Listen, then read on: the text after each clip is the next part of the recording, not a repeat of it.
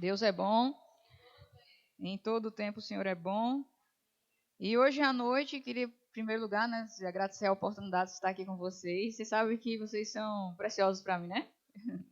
Eu amo a vida de vocês e é sempre bom estar perto de vocês, junto aqui com vocês e compartilhando a palavra do Senhor, que é o nosso maior bem, a nossa maior riqueza, é essa palavra. É o próprio Deus, né? Que nos fortalece todos os dias, que nos dá força para avançar, que nos dá força para continuar, que nos dá força para vencer. Amém? Então, o tema da mensagem de hoje que Deus colocou no meu coração é chamados para perseverar. Você sabia que Deus não te chamou para desistir? Só para desistir de pecar, foi isso que chamou. Para você desistir do pecado, das coisas ruins. Mas das coisas de Deus você foi chamado para perseverar. Eu ouvi essa semana de que deve ser uma marca do cristão a perseverança. O cristão não é aquele que desiste. Sabe por quê? Jesus disse que no mundo a gente vai ter tipo aflição. E o que é aflição? É às vezes eu chegar para alguém e falar de Jesus para aquela pessoa e ela pode aceitar na mesma hora, pode. Mas ela pode não aceitar. E aí, tipo, falei uma vez, não vou falar mais. Já fiz minha parte.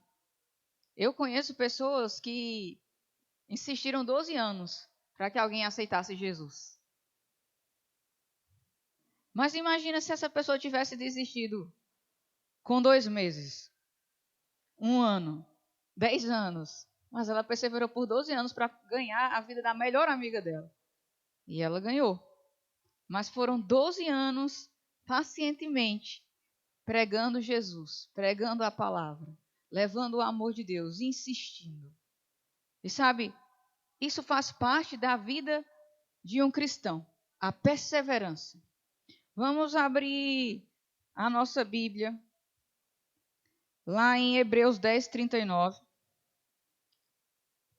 Hebreus 10, 39.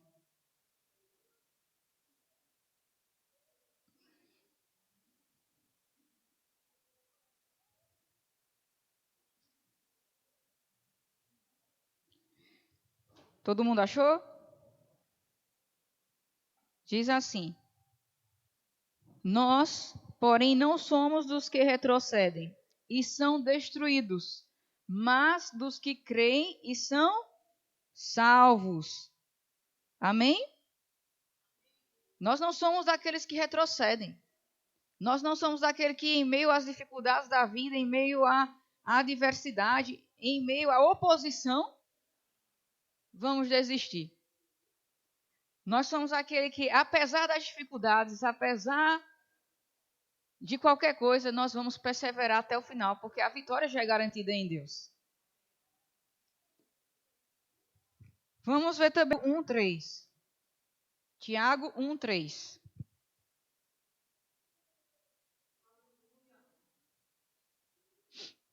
Quando vocês acharem, vocês me avisam, tá bom? Tiago 1:3.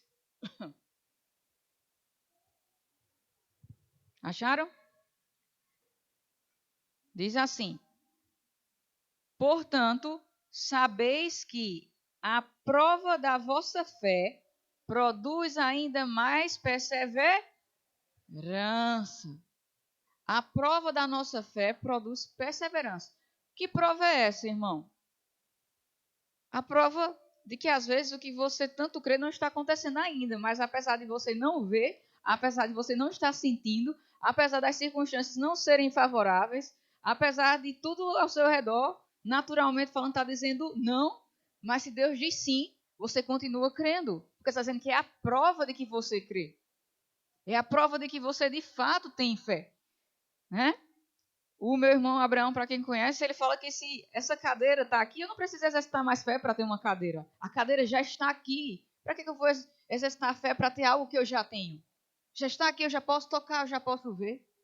Eu preciso exercitar fé para aquilo que eu ainda não vejo, para aquilo que eu ainda não posso tocar, para aquilo que eu ainda não posso sentir.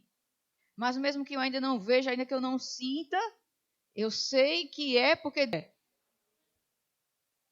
Isso é a fé.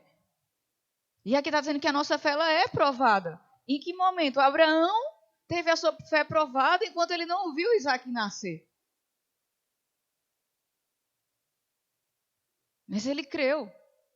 Abraão teve a sua fé provada quando Deus pediu para que ele sacrificasse, né, Isaac a ele. Mas Abraão não sabia que Deus não permitiria o sacrifício. Mas no coração de Abraão, a Bíblia diz que ele cria que Deus o poderia ressuscitar.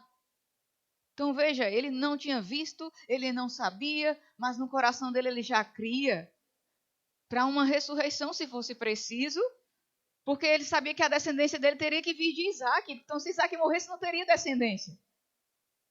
E ele sabia que a promessa era através daquele filho. E a Bíblia diz que Abraão creu. Vocês são filhos de Abraão? Amém?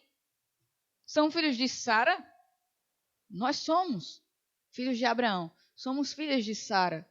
Nós somos o povo da fé. Nós somos aqueles que perseveram. Nós somos aqueles que crê. Ah, eu orei por uma pessoa ficar curada. Ela não ficou, irmão, então ora, continua orando. Continue impondo as mãos. Jesus orou por um cego e o cego não ficou curado na mesma hora. Jesus falou, você está conseguindo ver? E ele disse, eu vejo os homens como árvores. Jesus foi lá e orou de novo. E ele era Jesus, o Filho de Deus. Aí Jesus falou assim, desculpa, realmente é isso, fica com essa visão, tchau. Não foi isso que Jesus fez. Jesus orou novamente e a visão ficou perfeita. Se Jesus precisou orar 2 vezes, qual a dificuldade de você orar 1000? 2, 10.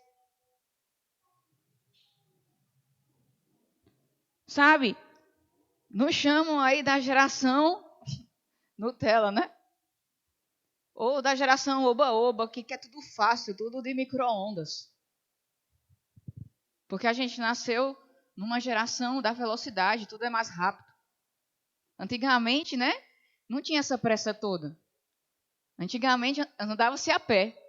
Antigamente andava-se naqueles bondinhos ali que demorava não sei quanto tempo, não sei, imagino, para sair de um canto para outro. Hoje a gente tem carro, tem avião, tem foguete, tem tantas coisas, e a gente acha que tudo na nossa vida é assim, num passe de mágica. De que Deus vai fazer também assim na nossa vida. De que Deus vai nos dar um miojo. Só que o nosso Deus não é um Deus que vai nos dar miojo. Ele vai nos dar o melhor. Mas para viver o melhor de Deus é preciso entender o tempo de Deus.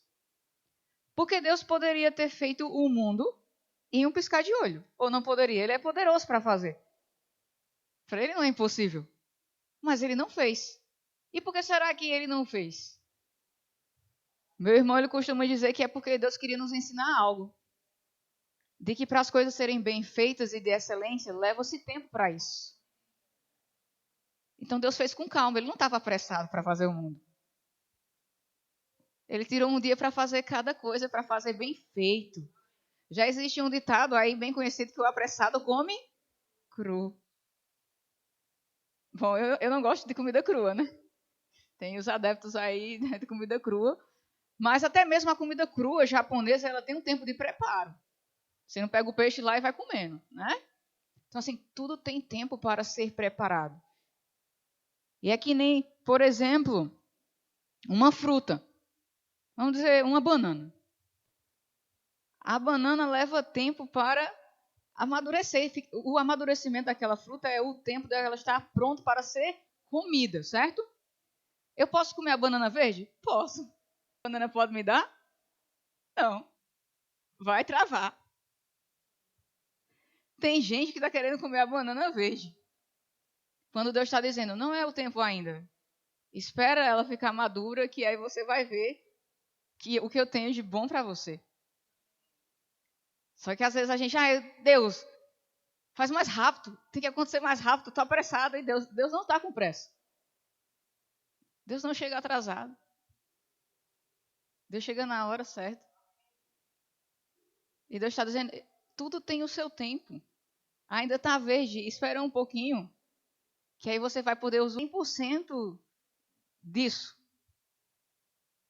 Então, tudo tem um tempo para ficar pronto. Até mesmo nós, porque nós não nascemos prontos. Nós não nascemos sabendo tudo. A gente está aprendendo. Nós estamos aprendendo. Então, a gente não pode desistir porque a gente falhou, porque a gente escorregou, porque a gente pecou, porque a gente fez algo que não agradava o Senhor. Porque a gente não é perfeito. A Bíblia diz que só existe um que é perfeito, que é Jesus, e que ele vai se manifestar. Mas nós estamos em construção. A Bíblia diz que aquele que começou a boa obra nas nossas vidas, ele vai completar ela. Amém? Então Deus está trabalhando na minha vida e na sua vida. A nossa vida é obra de Deus. Então, irmão, porque eu não devia ter feito isso. Aí o diabo fala, tu não serve mesmo para ser crente, porque tu falhou e tal. O diabo vai querer afastar você. Ele vai querer tirar você dos caminhos do Senhor, dizer que você não consegue, que você não pode, que você é fraco, que você fala que ama Jesus, mas na hora do vamos ver, não faz. Porque ele quer afastar você dos caminhos de Deus. Mas eu quero dizer para você hoje, você é daquele que persevera em ser crente, persevera em servir ao Senhor, persevera em buscar a palavra. Da próxima vez você não vai ceder à tentação. Você pode ter cedido dessa vez, mas na próxima você vai estar mais forte. Sabe por quê? Quando a gente está andando aí na rua e a gente tropeça ou a gente cai, tu fica lá, caído e chorando? Ou tu se levanta?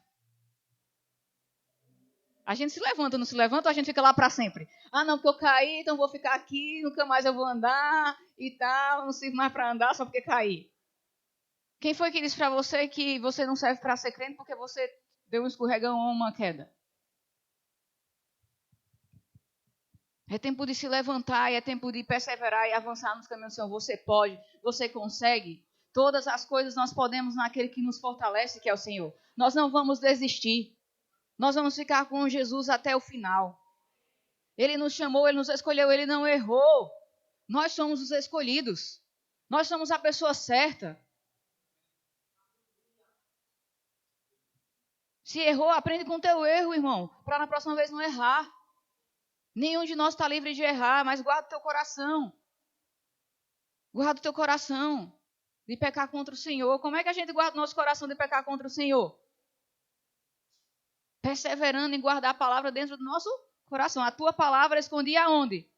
No meu coração, para eu não pecar contra ti. Se a palavra dele não estiver no seu coração, irmão, vai ter outra coisa no seu coração. Mas se a palavra dele estiver no seu coração, você não vai pecar. Então você precisa perseverar em obedecer a palavra de Deus. Você sabia que na Bíblia não está escrito nenhum versículo de que nós devemos ficar lendo a Bíblia, né? Diz que nós devemos meditar nela de dia e de noite. Ler não é o suficiente. É preciso meditar nessa palavra de dia e de noite para fazer o teu caminho prosperar, para ter sucesso na vida. É nunca se esquecer. Porque às vezes eu posso ler, vou embora, eu me esqueci o que eu li. Mas meditar é ler e ficar pensando, o Senhor é o meu pastor e nada vai me faltar. Eu não tenho medo. Eu sou mais do que vencedora. Eu já venci o maligno, eu sou um jovem forte. Tipo, a palavra continua aqui, ela está aqui, dentro de mim, todo o tempo, toda hora. Eu não li e me esqueci. Ela está viva. E eu estou trabalhando ela na minha vida, para que eu possa viver aquilo que está escrito. Porque o que está escrito não foi escrito só para eu ler. Foi escrito para que eu possa viver isso, você viver isso. O Evangelho é a palavra de Deus, é o poder de Deus para ser praticado. Então nós temos que perseverar. Nós temos que perseverar.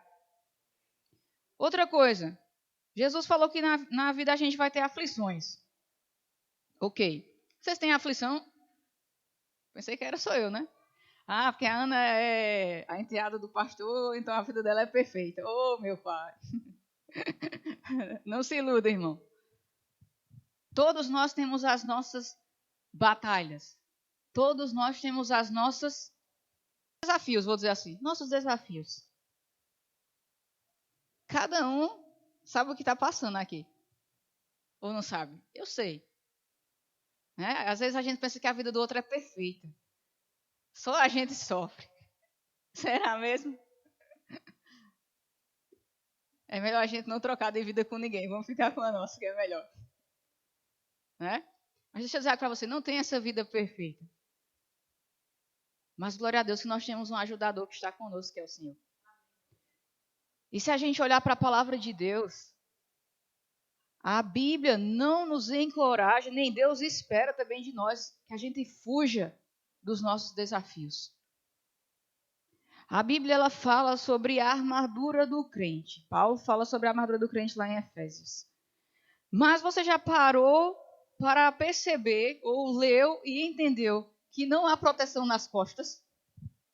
Porque alguém, quando está fugindo, as costas dele estão viradas para o seu inimigo. Mas não há proteção nas costas, porque Deus não espera que eu e você fujamos, porque o que está à nossa frente é desafiador. Deus nos deu uma armadura para a gente enfrentar, avançar e vencer. O escudo da fé, irmão, não é só para nos proteger, ele nos protege. A partir do momento que eu pego um escudo e faço isso, ele está me protegendo. Só que o escudo, se você vê nos filmes, eu uso o escudo e eu começo a avançar. Eu pego o escudo e eu começo a... Deus quer que a gente avance em fé. Vamos olhar o nosso irmão Davi na Bíblia. O seu desafio era Golias. Golias era menor ou maior que Davi? Maior. Você está olhando para os seus problemas e está dizendo que os seus problemas são maiores que você. E são mesmo. Mas Davi olhou para Golias e disse o quê? O que foi que Davi disse? Tu é mais, tu poderia ganhar de mim facilmente. Se fosse só de mim, só contra mim que você fosse lutar nas minhas habilidades naturais. Só que Davi, na velha aliança, tinha uma consciência tão grande da aliança que ele tinha com o Deus de Israel, de que ele não iria lutar com Golias na habilidade dele, até porque ele não tinha habilidade nenhuma em guerra. Nunca tinha ido para o exército. Nunca tinha ido para uma guerra. Tentou colocar a armadura de Saul, do rei, e não conseguia nem andar. De tão pesada que era a armadura. Ou seja, Davi era um improvável. Saul deve ter falado, ele é doido, mas é o único doido que apareceu para encarar Golias. Não consegue nem usar uma armadura, ainda quer ir sem armadura. Não quer ir com minha espada, ainda quer ir com um estilingue. Pelo amor de Deus, totalmente contra a lógica. Nem do exército ele não era um pastorzinho de ovelha. Mas foi o único doidinho que, ouvindo Golias, falou assim, quem é esse para afrontar o exército do Deus vivo? Enquanto os outros tinham medo, e talvez pensasse, poxa, como é que eu vou encarar esse gigante que é maior do que eu, sabe matar mais do que eu? Não, olhava para o seu natural. Mas Davi não olhou para as suas condições naturais. Ele olhou para Deus e disse, Deus, tu pode me ajudar a livrar Israel da mão desse homem. E tu vais. E Deus se move através do quê? De fé, irmão. E Davi foi um homem de fé.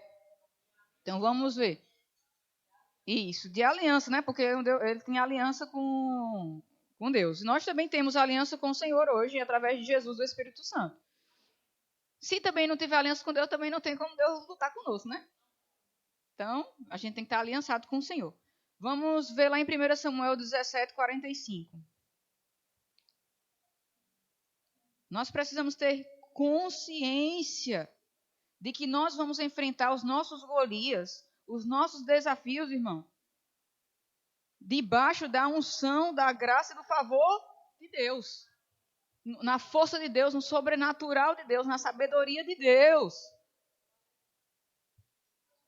Porque se for no nosso natural, a gente já perdeu. Quem aqui tem poder para lutar com Satanás? Satanás, primeiro, que é imortal, não morre, né? Uma arma não mata Satanás. Satanás já foi criado sei quantos anos lá atrás. Ninguém aqui é mais velho que Satanás também. Para dizer que sabe alguma coisa. Satanás pode passar no meio das paredes aqui. A gente não. Então a gente não é páreo para o nosso inimigo. Mas Deus disse que a gente não precisa ter medo dele. Porque nós temos alguém que cuida de nós e que nos protege. E ele luta por nós. E Satanás tem que respeitar o sangue de Jesus na nossa vida. Ele não pode tocar em nós por causa do sangue de Jesus. Amém? E aí veja, Davi diz assim, Davi, porém, disse ao filisteu, tu vens contra mim com espada e com lança e com escudo. Ou seja, tu vens contra mim na tua força natural, nas tuas habilidades de homem natural, com as tuas estratégias de guerra natural, com a tua experiência. Eu, porém, vou contra ti em nome do Senhor dos Exércitos, o Deus dos exércitos de Israel, a quem tu tens afrontado. Veja, a arma de Davi, quem era? O estilingue dele, ele não disse, eu vou contra ti com este estilingue, com esta pedra. Ele falou, eu vou contra ti no nome do Senhor dos Exércitos. Nós sabemos que Deus, ele é tudo que nós precisamos. Ele é o nosso Senhor dos Exércitos. Se a gente estiver numa guerra, ele é o Senhor dos Exércitos, para nos ajudar a guerrear. Mas se a gente estiver passando por uma situação de doença, ele é Jeová Rafá, aquele que nos sara. Então você pode ir contra a doença no nome do Jeová Rafá. Se você estiver passando dificuldade financeira, você pode ir no Jeová Jirê contra isso, porque ele é a tua provisão. Ele é o teu provedor. Você tem um nome, irmão. Davi, ele usou já o nome de Deus na velha aliança. Nós temos um nome superior, o nome de Jesus, o nome que está acima de todo nome, no céu, na terra, embaixo da terra. Todo nome tem que se dobrar ao nome de Jesus, irmão. Nós temos um nome, e o que nós temos feito com esse nome? Desistido? Retrocedendo quando não fomos chamados para retroceder, quando não fomos chamados para desistir, porque ainda não aconteceu, porque não foi no seu jeito, porque não foi no seu tempo. Ei, não é no nosso tempo nem no nosso jeito. A gente precisa se humilhar, e se humilhar é fazer às vezes o que não é a nossa vontade, mas a vontade de Deus para a gente poder ganhar. Jesus disse que aquele que perder a sua vida vai ganhar, irmão. A matemática de Deus não é a nossa, né? Mas o que ele está querendo dizer assim, ei, para você parece que você perdeu, mas quando você acha que você perdeu é que você está ganhando. Quando você está se humilhando, obedecendo a Deus, é aí que você está ganhando. Porque Deus está te dizendo o caminho. E quando você obedece, chega a bênção. Porque é na obediência que está a bênção. Enquanto você não obedecer, a bênção não chega. E às vezes você está dizendo, Deus, eu não vou mais fazer isso, eu não vou mais fazer aquilo. E Deus está dizendo, eu acho bom você parar mesmo de fazer do seu jeito e começar a fazer do meu. Porque quando você fizer do meu jeito e estiver disposto a me ouvir, aí você vai ter a vitória. Muitas vezes nós nos cansamos porque estamos lutando, não como Davi lutou, mas lutando nas nossas forças naturais. E aí a gente vai se cansar. Porque a gente não tem força para isso. A gente não consegue vencer sozinho sem o Senhor. Mas com o Senhor todas as coisas são possíveis. Posso todas as coisas naquele que me fortalece. Nele eu sou fortalecido, na sua palavra eu sou fortalecido. Vou me levantar. Vou continuar avançando. Vou pegar o escudo da fé e vou avançar. E vou contra o inimigo com a palavra, que é a espada. Declarando a palavra. A cura ainda não foi manifesta. Declarei, eu sou sarado e sou curado. Continua avançando todos os dias, irmão. Quanto mais você avançar, mais perto você está da bênção. Mais perto você está da bênção. Não desista, irmão, da sua família. Não desista, irmão, do seu casamento. Não desista do seu propósito. Não desista dos sonhos de Deus para a sua vida, porque ainda não aconteceu. Vai acontecer. Persevere. Acredite. Tenha fé. Seja ousado. Ore. jejum, faça alguma coisa. Mas não desista, levanta a cabeça. Deus não errou. Deus não errou de endereço, irmão. Deus não erra. Vou contar um testemunho para vocês. Terça-feira, o pastor Jean Ramírez, né? Todo mundo sabe que ele é o pastor da vida do Chile, porém ele está atualmente na Bolívia, em uma missão. Ele vai estar aqui ministrando para vocês na terça-feira. E sabe, ele estava nos dando um testemunho. Ele foi chamado para uma missão na Bolívia. Foram para lá, em La Paz, que é a cidade que eles estão, para montarem, né, uma ONG. A missão deles é com crianças, porque lá na Bolívia, as crianças, infelizmente, principalmente as meninas, de 8 a 10 anos, são abusadas sexualmente. Essas crianças estão grávidas, né? Então, assim, passam por essa situação. Então, eles foram para lá para crianças e evitar também que outras crianças passem pelo mesmo tipo de situação. Então, eles vão cuidar de 300 crianças lá. Então, terça-feira, vocês vão ter a oportunidade de investir nessa missão também, semear na vida dele uma semente. Porque esse homem deixou tudo no Chile com a esposa, inclusive e os filhos, né? Um filho está lá, o outro filho está no Brasil, que já é casado. E foi lá servir para cuidar dessas crianças aí. Você não está lá, mas ele está. Então, prepara uma semente para semear na vida deles, porque ele está fazendo algo precioso para Deus. E aí, irmão, eles disseram que chegaram lá, tinha o projeto, tinha o sonho, tinha a missão, Deus chamou. Chegou na cidade, não tinha prédio para alugar, não tinha prédio para vender. Ué, mas Deus não chamou? Deus não disse que era para vir? Cadê o prédio que a gente não acha? Como assim? Não tem um prédio para vender? Não tem um prédio para alugar? Não tinha. Eles estão lá 9 meses, orando pelo prédio. Uma pessoa da prefeitura descobre, né, que tinha esse grupo lá, que foi com esse propósito, que foi com esse objetivo para ajudar aquelas crianças, a ajudar essa situação. Chega para eles e diz assim: rapaz, eu conheço um prédio, tem um prédio, que era de uma ONG, que não está mais aqui, né, que veio e não deu certo, foi embora, e o prédio está vazio lá. Se esse prédio for da prefeitura, vocês nem vão precisar pagar nada, a gente dá esse prédio para vocês ficarem lá 10 anos, sem pagar nada. E domingo, né, mãe? Ou não, foi terça-feira, né? Ou foi essa terça-feira agora, saiu a resposta de que o prédio é da prefeitura e eles ganharam um prédio 10 anos para fazer a ONG lá gratuitamente, sem precisar pagar aluguel nenhum pelo prédio, irmão. Só que deixa eu te dizer, do jeito deles, porque ele disse que quis desistir, quis voltar para o Chile. Quando ele chegasse na Bolívia, o prédio já ia estar pronto lá, esperando por eles. Eles passaram 9 meses orando pelo prédio, irmão. 9 meses orando para o prédio, mas o prédio chegou. E olha que bênção maravilhosa que Deus mandou. 10 anos, um prédio gigantesco, é que eu não tenho uma foto aqui, né? Mas depois a gente pode ver. Com tudo pronto, irmão, tudo está pronto. Não precisa pagar aluguel, não precisa pagar nada. E o governo está dizendo, rapaz, tu não quer ir para outra cidade não para nos ajudar a cuidar dessas crianças. Ou seja, graça e favor de Deus. Mas veja, eles tiveram que gerar isso em oração por 9 meses. O tempo de uma gestação de um bebezinho. Ou seja, as coisas não estão prontas. Elas estão prontas no reino de Deus, lá no céu. Mas aqui na terra a gente precisa gerar em oração. E a gente precisa parar de dizer, eu cheguei aqui e não está pronta ainda, Deus. Aí Deus diz, tu que vai orar e vai fazer acontecer. Eu te chamei para tu orar, para tu gerar, para tu fazer um milagre aparecer. Ou tu acha que é mágica?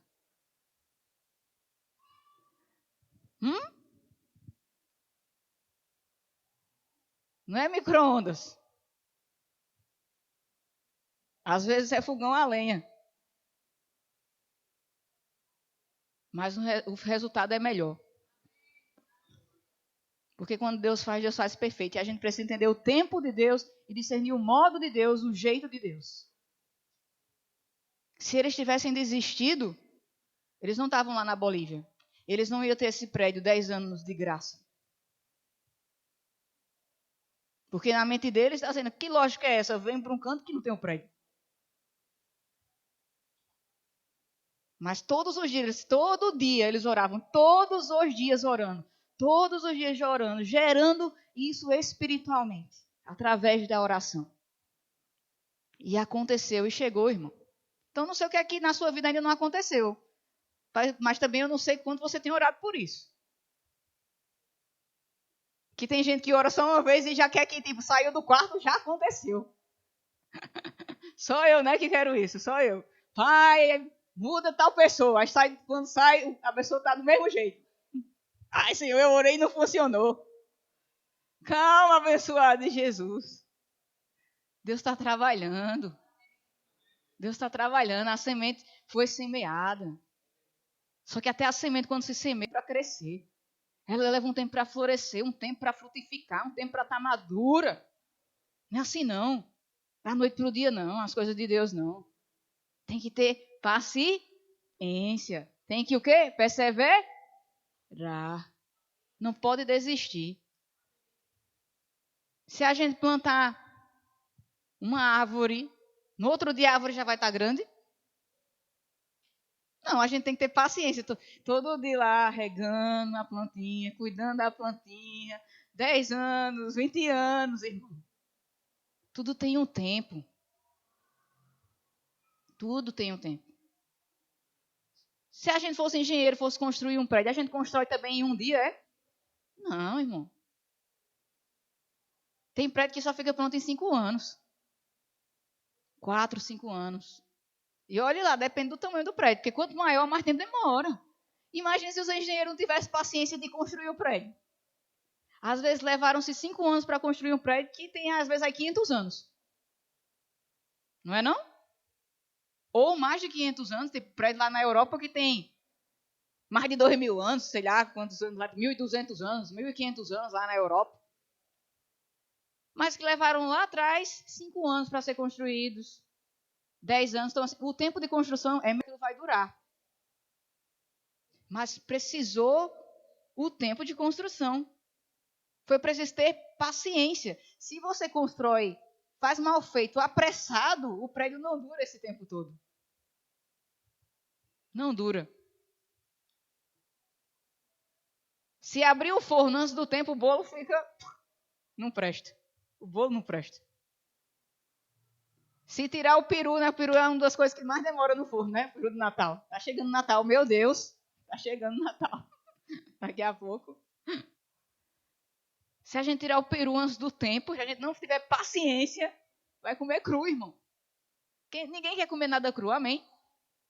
Nós queremos experimentar qual é a boa, perfeita e agradável vontade de Deus. Então nós vamos ser perseverantes. Nós vamos ser pacientes. Vai chegar, o tempo vai chegar. E enquanto nós esperamos, enquanto nós somos pacientes, nós precisamos ter uma boa atitude. Nós precisamos saber esperar. Esperei, a gente até canta, né? Esperei com paciência no Senhor. Mas às vezes a gente não está esperando com paciência, não. Porque na verdade a gente não gosta de esperar. Pensei que era só eu que não gosto de esperar, né? Ninguém gosta de esperar.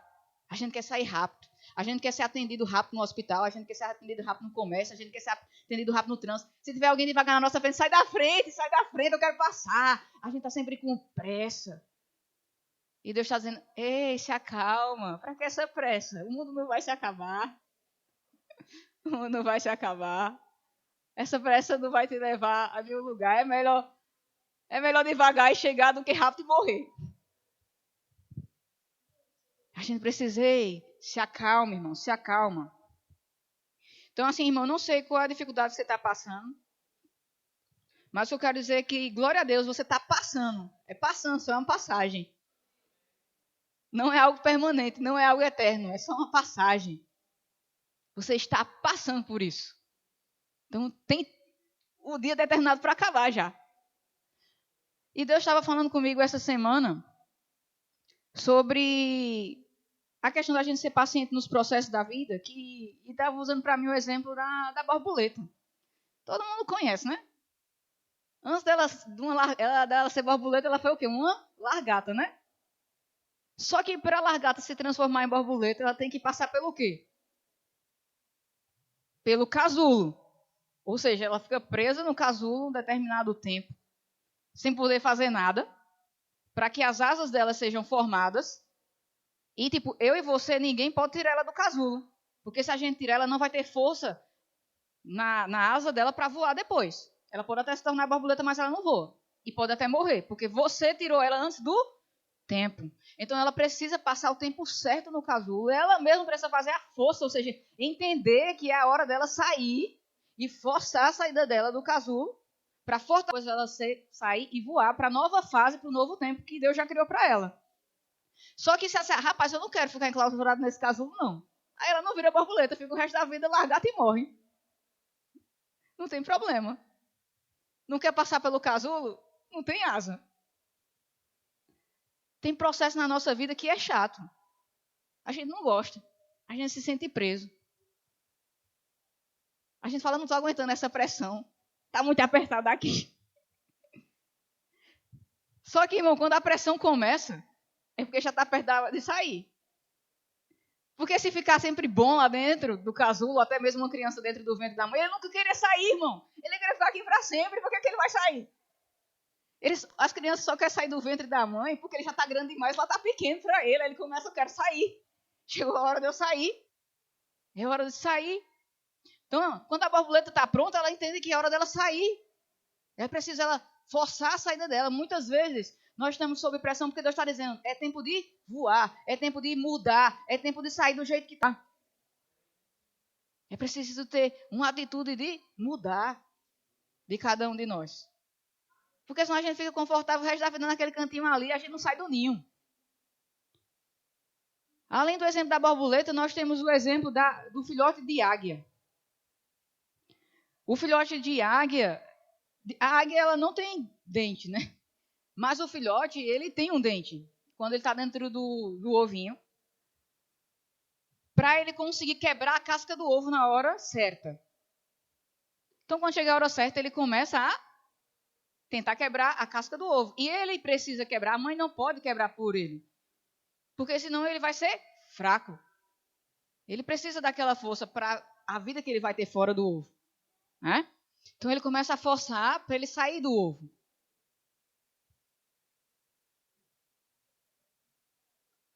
Sabe, Deus está dizendo para mim e para você, é preciso você fazer a sua parte. A sua parte é a mais fácil, é a que Deus já capacitou você para fazer. Ele já te deu o bico, ele já te deu a asa. A parte mais difícil é com Deus. Mas a sua parte, que é orar, que é jejuar, que é confessar a palavra, Deus não vai fazer por você. O Espírito Santo está lá só, talvez o Espírito Santo está na sua vida só pairando, como ele estava pairando sobre o início lá do mundo, né? Pairando sobre as águas. Porque não havia palavra. Mas quando foi liberada a palavra, o Espírito Santo começou a agir. Se não houver oração, não tem como o Espírito Santo se mover. Não tem como ele fazer, porque ele faz junto com você.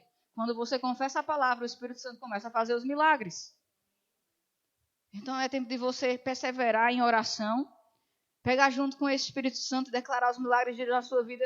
Ah, eu orei, não aconteceu hoje, no outro dia vai continuar até que aconteça, até ver, até ser manifesto o que Deus já prometeu para você.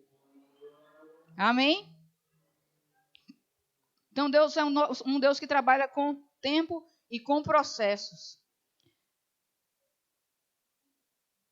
A gente precisa entender também de que a nossa vida ela é feita de fases. Fases. Nós temos a fase de chupar chupeta, por exemplo. Eu não estou mais nessa fase, amém? Uma chupeta não combina comigo, nem com vocês. Combina com o bebê, mas comigo não combina nem com vocês. Seria muito estranho eu andando pelo meio da rua, chorando e alguém me dando uma chupeta. No reino de Deus também tem coisas que não combinam mais conosco. A gente precisa parar às vezes de ser coitadinho, de ser vítima, de ficar chorando. Quando a gente já está avançado espiritualmente. Quando a gente já tem a palavra. Porque se a gente já tem a palavra, a gente tem que andar no nível que a gente já conhece. Deus não está te cobrando que você ande no nível que você não tem. Mas o que você já tem que ser colocado em prática. Eu sei que tenho que orar e não oro, irmão. Eu sei que tenho que ler a Bíblia e não leio.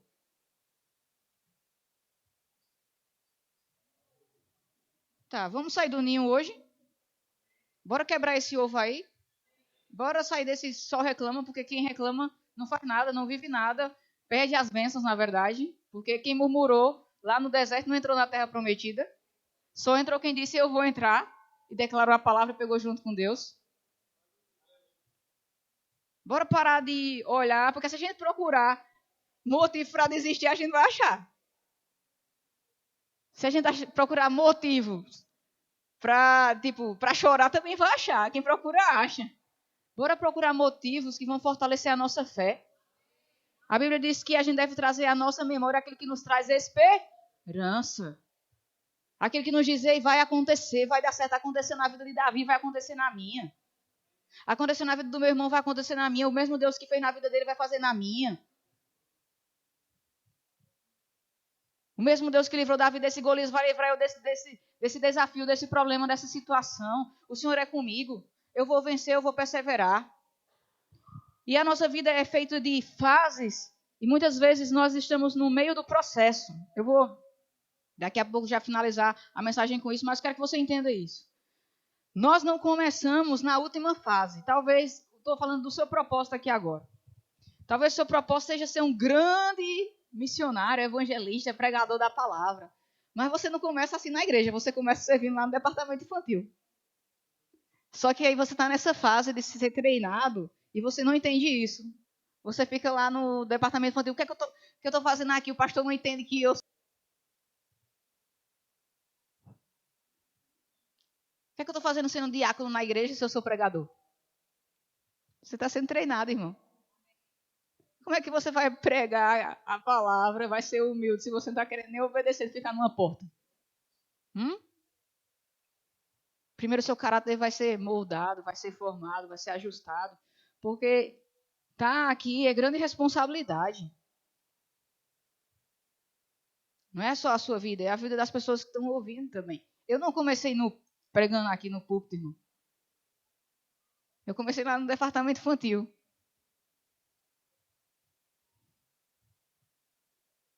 Com 12 anos de idade, sendo monitora, depois professora, passei por todas as raminhas. Já fui do diaconato. Irmão, já lavei banheiro, já varri a igreja. Se for preciso hoje, vou fazer, não vai cair minha mão. A gente está aqui para servir ao Senhor naquilo que a igreja precisar, naquilo que Deus precisar. Ele vai poder contar conosco. Eu não estou aqui só vou porque se eu tiver escalado, se eu não tiver, eu não vou. Não é assim que funciona, irmão. O púlpito está aqui hoje, fui escalada hoje. Mas o meu púlpito é a minha vida lá fora todo dia. Eu não posso ficar esperando uma oportunidade de um púlpito desse para eu poder pregar, irmão. Eu tenho que estar pregando, você está pregando com a sua vida. Talvez você esteja na igreja, em treinamento, lá no berçário, numa salinha, servindo na mídia, em algum lugar, dizendo, mas eu sou pastor, eu sou apóstolo. Vai chegar o tempo de você ser.